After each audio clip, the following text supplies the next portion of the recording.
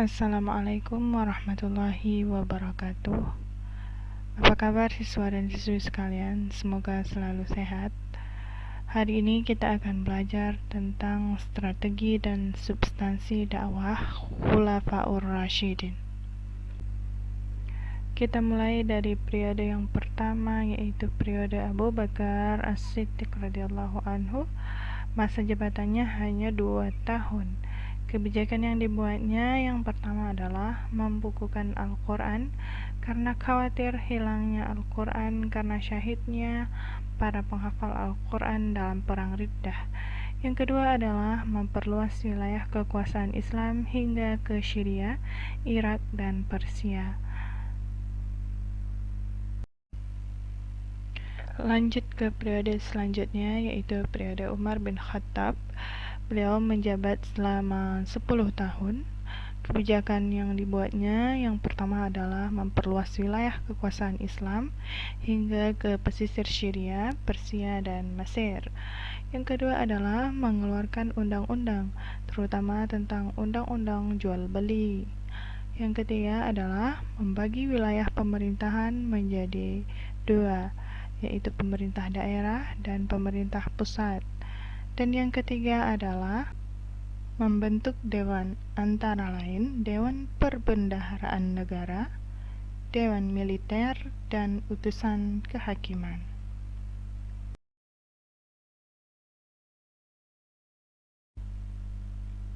Periode selanjutnya adalah periode Utsman bin Affan dengan masa jabatan paling lama di antara yang lainnya, yaitu 12 tahun.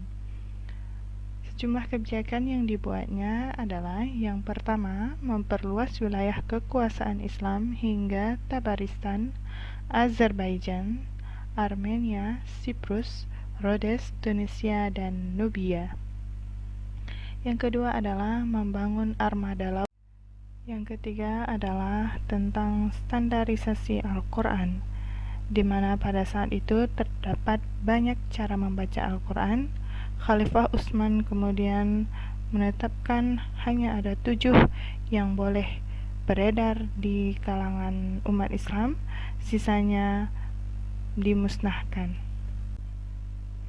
Itulah yang hari ini kita sebut sebagai qiraat sab'ah. Yang keempat, kebijakan Utsman adalah mengangkat pejabat negara, kemudian membangun fasilitas umum seperti jalan-jalan, jembatan, masjid, saluran air, dan memperluas Masjid Nabawi.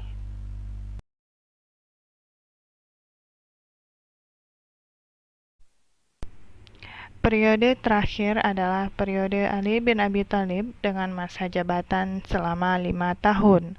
Kebijakan yang dilakukannya adalah yang pertama, penggantian pejabat lama dengan yang baru.